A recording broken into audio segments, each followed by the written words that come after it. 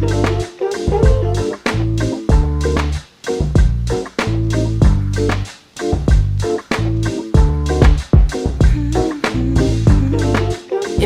yeah, yeah, yeah, yeah, yeah, yeah, yeah.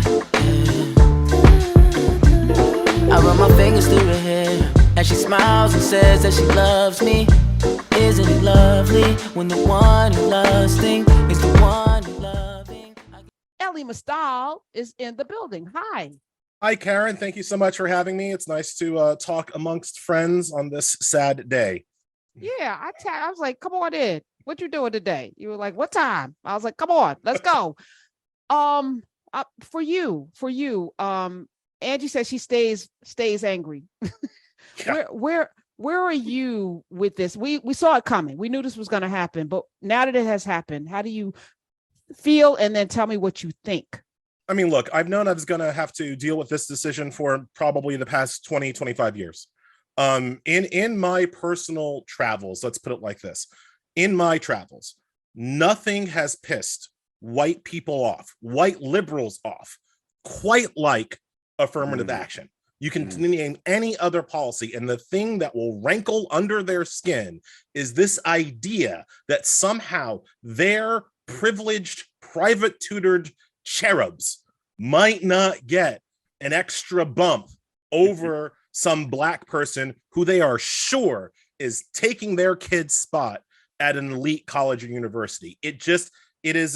They have zero-summed gamed this to the point that they think that any Black person that is in an elite college probably didn't deserve to get there over their kid.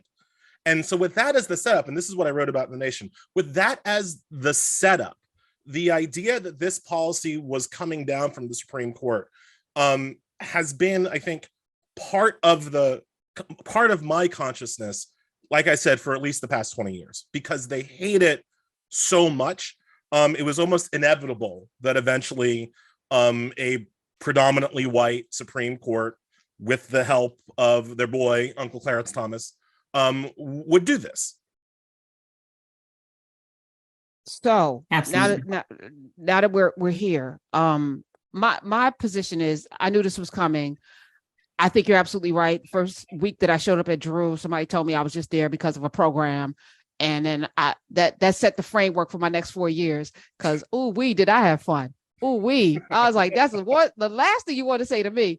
But I feel like, not everyone should have a fighting spirit. We shouldn't go to school to fight. We shouldn't feel less than or bad, or we shouldn't have to defend ourselves when we're in these spaces. We are bringing value just by bringing ourselves into all of these spaces. So I'm like, let them eat cake. At this point, you want to munch on the privilege of your whiteness, then you can do that, and you're going to miss all your seasoning. So good luck with that rice with no curry. Don't put no curry, no jerk. Don't eat nothing. Just keep your bland white rice with no salt, because you also don't know how to use that properly, and see how that turns out. I feel like they're going to find out that this diversity thing is actually beneficial to their little cherubs. And the absence of that is going to actually destroy their ability to be a well-rounded human being.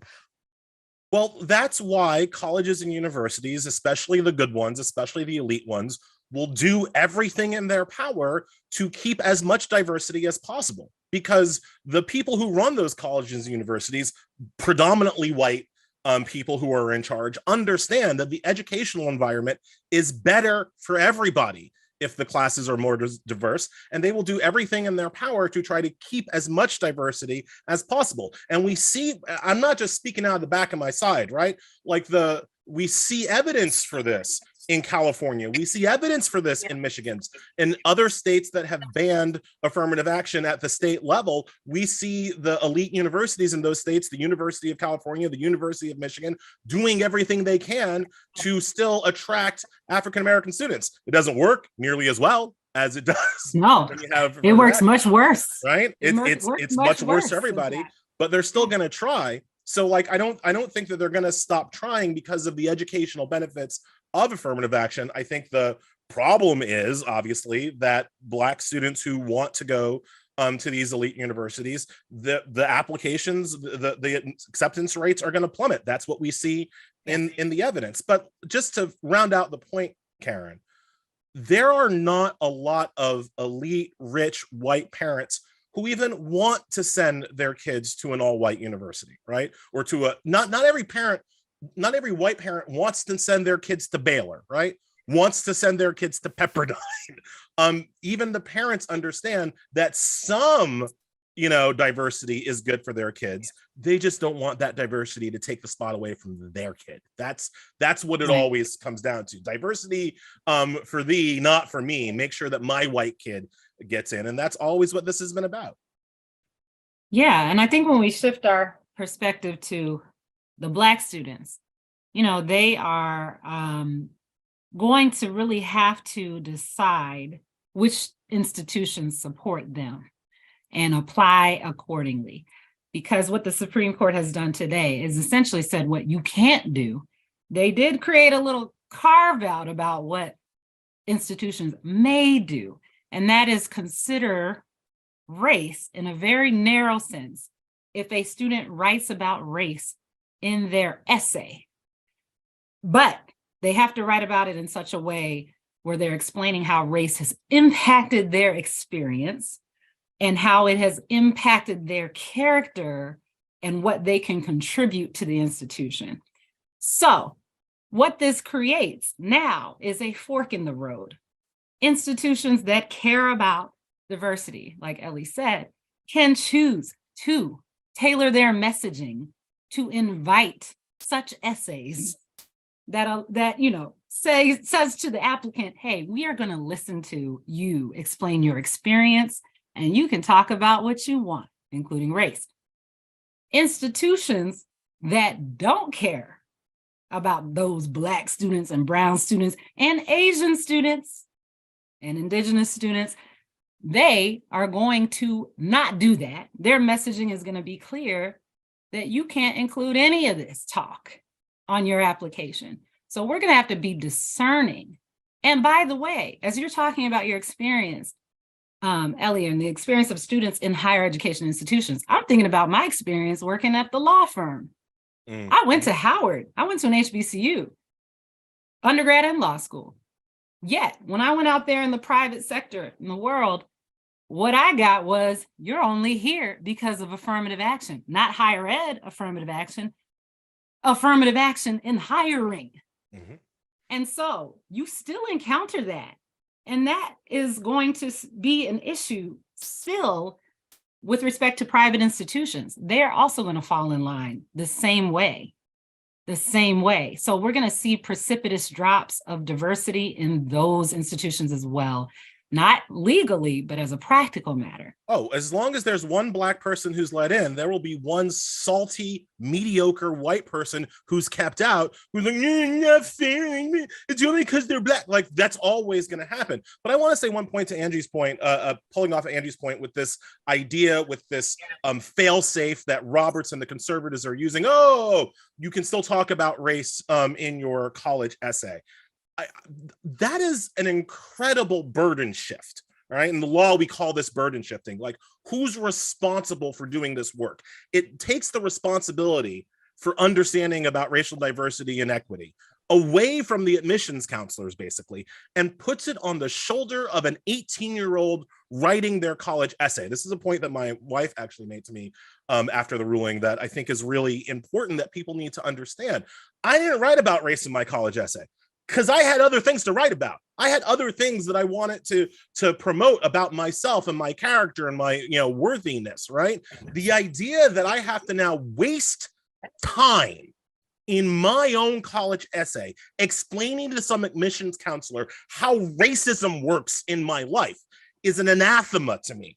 All right, it's not something that I should be required to do. It should be enough for the admissions counselor to take that burden and do that work. I shouldn't have to waste time in my precious, 1,500 word limit essay to explain to an admissions counselor how racism works in America. Are you kidding me? And especially as now at 45, I probably could, but as an 18-year-old, That's an incredible burden that Roberts and the conservative majority of the Supreme Court are just not only placing upon the shoulders of Black and brown 18-year-olds, but doing it as if that solves the problem they themselves created in this decision.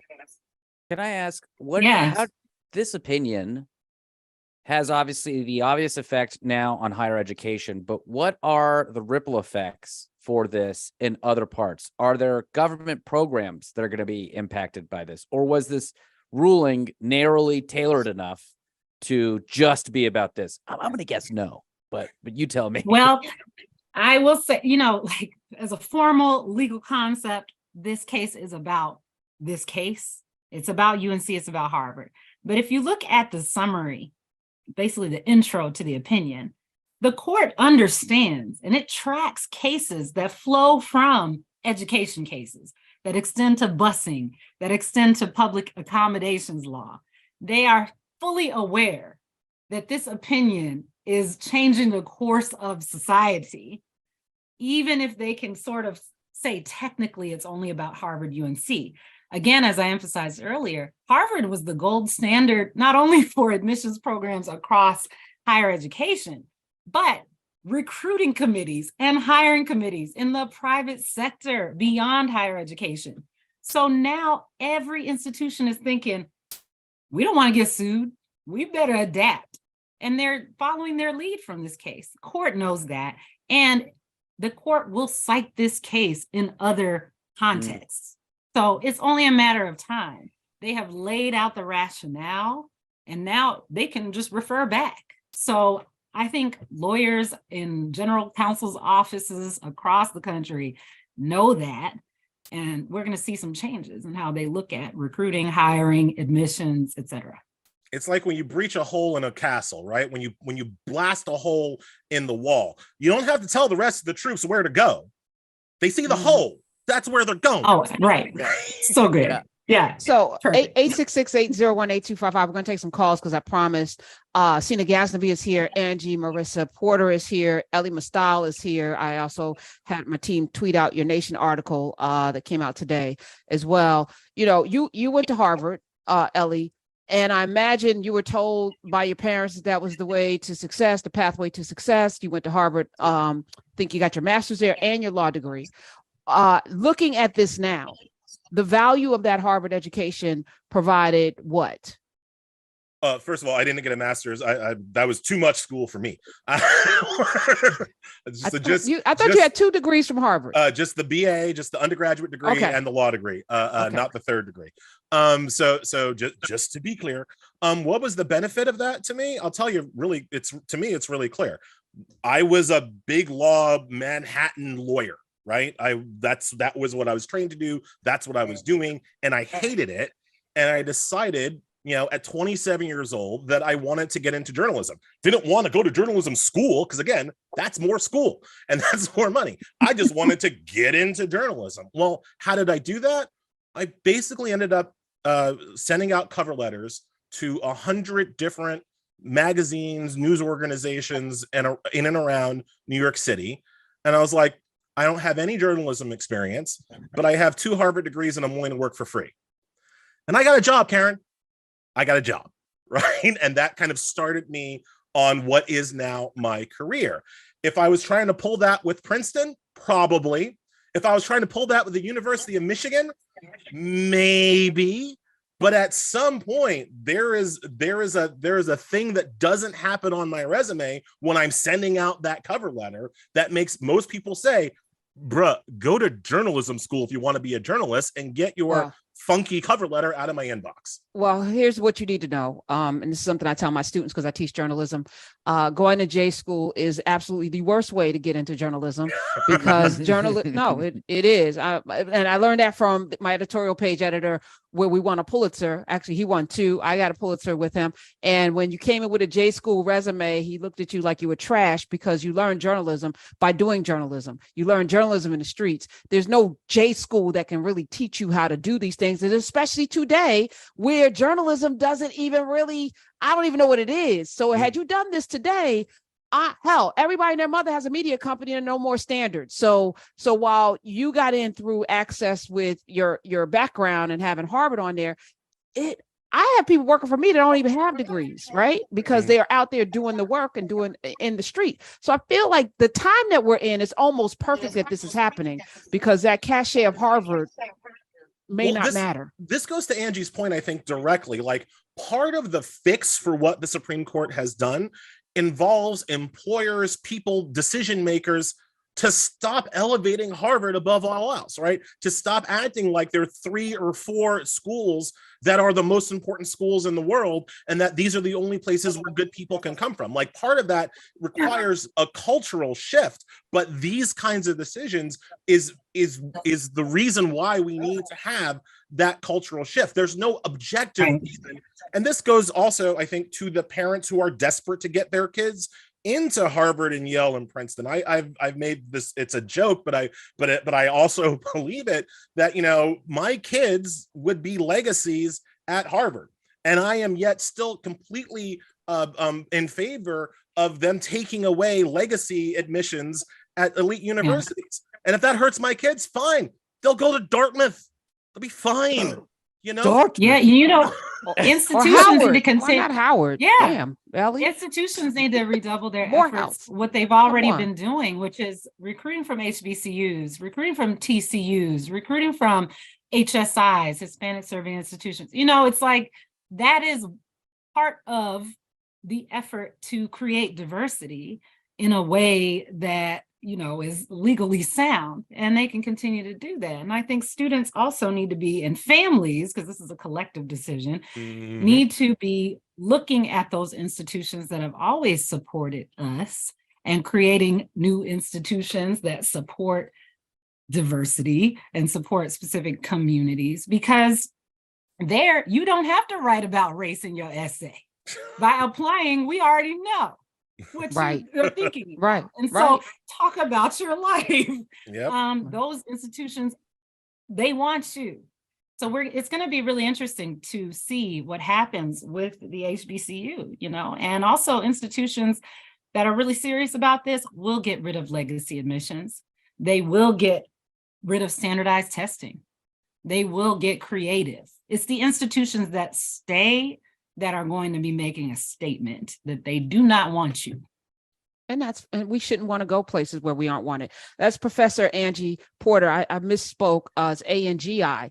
The Y is in Marissa, Mary, like Mary, SSA is where you can follow her on Twitter, of course. Professor of law at American University. She teaches through an Africana lens. Elie Mystal is here. He's got a podcast as well called Contempt of Court. We're going to talk more about that later. Brilliant legal mind, went to Harvard. I want to make one correction. You tweeted that you were coming on the show to have the blackest conversation anywhere. And I want to say that looking at, and this is the challenge, right? Since we want to be colorblind, I feel like this is the most comprehensive conversation we're going to have, because it takes into account all people. We're not having it strictly through a legal lens. We're having it through our own experiences. We got a Persian guy who has a law degree, went to a particular school. I don't know where we're going to have this conversation this way, as honestly as we're having it. And it has nothing to do with the black part, except that the black part brings the flavor, as I mentioned before. So you should have said the most flavorful, maybe. Elie Mystal is here. The Nation retweeted out his information as well. And Sina now, lawyer, producer of Fraudsters.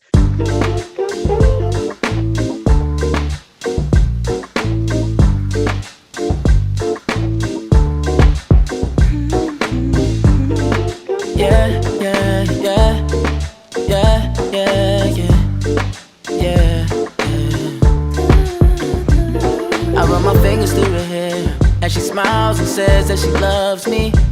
Isn't it lovely when the one who loves things